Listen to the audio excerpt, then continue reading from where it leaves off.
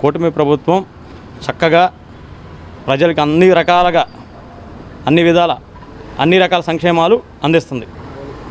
హ్యాపీగా ఉన్నారు. ముందు రాక్షసుడు లేడు కాబట్టి సగం ఏముంది, వస్తే వాళ్ళు సమాధానం ఏమీ లేదు, వాళ్ళు చేసిన అవినీతి మొత్తం బయటకు వస్తుంది. ఎదురు అడిగితే సమాధానం చెప్పే ఇది కూడా వాళ్ళ దగ్గర లేదు. వాళ్ళ దగ్గర ఆన్సర్ లేకే కదా రాలేకపోతుంది. వాళ్ళు నిజంగా పరిపాలన నిజాయితీగా చేసినట్టయితే పక్కాగా వాళ్ళు అసెంబ్లీకి రావాలి. కానీ వాళ్ళు రావట్లేదంటే దాని ఉద్దేశం ఏంటి? వాళ్ళ దగ్గర చేసిన అవినీతులన్నీ బయటకు వస్తాయి. వాళ్ళ సమాధానాలు వాళ్ళ దగ్గర నుంచి ఏవీ రావు.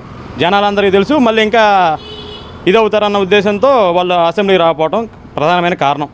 వాళ్ళు ఒక పెద్ద జోకర్స్. వాళ్ళ గురించి మనం ఏం కామెంట్లు పెడతాం? వాళ్ళే పెద్ద జోకర్స్. వాళ్ళ గురించి మాట్లాడుకోవడం కూడా బెస్ట్. ఏముంది, గోడ మీద పిల్లిలాగా చూస్తున్నాడు, ఎటు పోదామా ఏంటా అని. నేను ఆడున్నా, నేను ఏడున్నా అని చెప్పి ఒక బఫూన్ గాడిలాగా బఫూన్ మాటలు మాట్లాడుతూ ఇది చేశాడు. 5 సంవత్సరాలు జగన్మోహన్ రెడ్డి అవినీతి సొమ్ముతో సినిమాలు తీసుకోవడం సరిపోయింది. వాడికి తీసాడు. ఇవాళ ఎక్కడ అరెస్ట్ చేస్తారన్న భయంతో పారిపోయి నేను ఆడున్నా, నన్ను ఏడున్నానని చెప్పి సొల్లు కబుర్లు సొల్లు మాటలు చెప్తున్నాడు. వాడి గురించి పెద్దగా ఇది చేసుకోవడం కూడా పనికిరాని విషయం. రాకపోవడానికి కారణం ఏముంది? వాళ్ళు వస్తే ఏం మొహం ఏడబెట్టుకోవాలో కూడా తెలియదు వాళ్ళకి.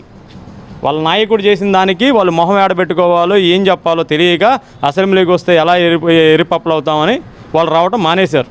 ప్రధాన కారణం అదే. వాళ్ళ దగ్గర ఏమీ లేదు. 100% వద్దండి. చంద్రబాబు నాయుడు గారు ముందు చూపుతో దూరదృష్టితో ఆయన పెట్టిన ఇది కంపల్సరీగా అమరావతి దేశంలోకెల్లా మంచి రాజధాని అవుద్ది.